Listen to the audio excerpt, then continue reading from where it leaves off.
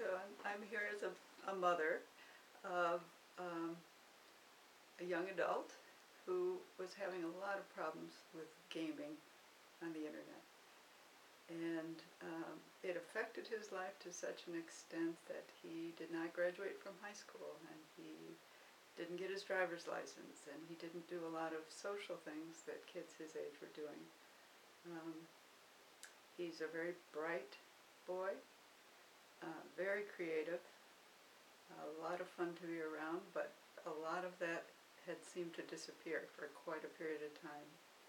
And no matter how much I tried to limit the internet and limit the gaming, I tried various strategies, nothing was working. And it was frustrating and frightening. And over the process, I watched my son become more and more depressed and angry and detached from the family more and more. And though that's so normal in some ways as an adolescent, it really was well beyond that. And almost kind of a hostility to the family, and certainly anyone who was trying to limit his internet use. So that situation drove us to therapy eventually, and it was extremely frustrating going from therapist to therapist and not having anyone really understand the problem and minimize the problem. And both therapists and other parents would say, well, they're not using drugs and they're not drinking, and what's the big deal? And maybe you just have an extreme version of what's too much time. And I lived through that for months and months and months, but I was convinced there was more to it, and that this was it showed every sign of addiction that I'd ever heard about. And so I pursued it, and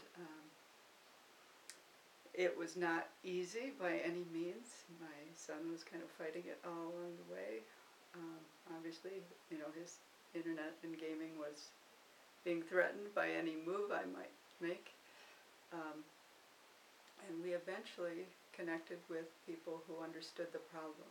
And I think the problem usually occurs with other problems, and I think that's part of where the confusion comes, because people will say, well, first of all, internet and gaming addiction isn't a real thing, and then you're ignoring the whole fact that he's depressed. Well, you can't even get to the depressed part because the gaming is so much in front of everything. And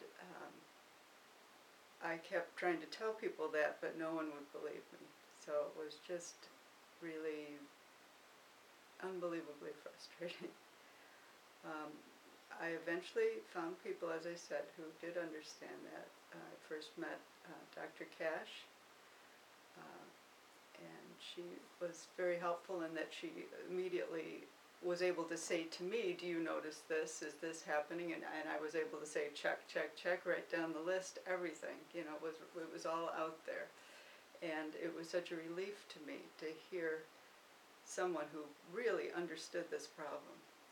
And eventually, we found our way to reSTART, and my son has just finished the program here, and it has been an incredible journey for him, I know, and for me as well. To see light come back into his eyes is just an incredible experience, because it seemed so hopeless for a while there. And I see that he's gained so many skills, and he cares about his life again. He feels hope, I can tell he does. He's connected with people again. He has passed his GEDs while he's been here. Not just passed, but he's passed with flying colors. And he feels good about himself. And I know we've got a road ahead of us that's not always going to be smooth, because he's got a lot to deal with, and there are a lot of triggers, obviously, at home coming up. But I really feel hopeful that he sees that he has a life, and he cares about it now. And he cares about the family again, and I'm just so delighted and so relieved. I can't say enough good things about this program. It's it's been a real blessing to have him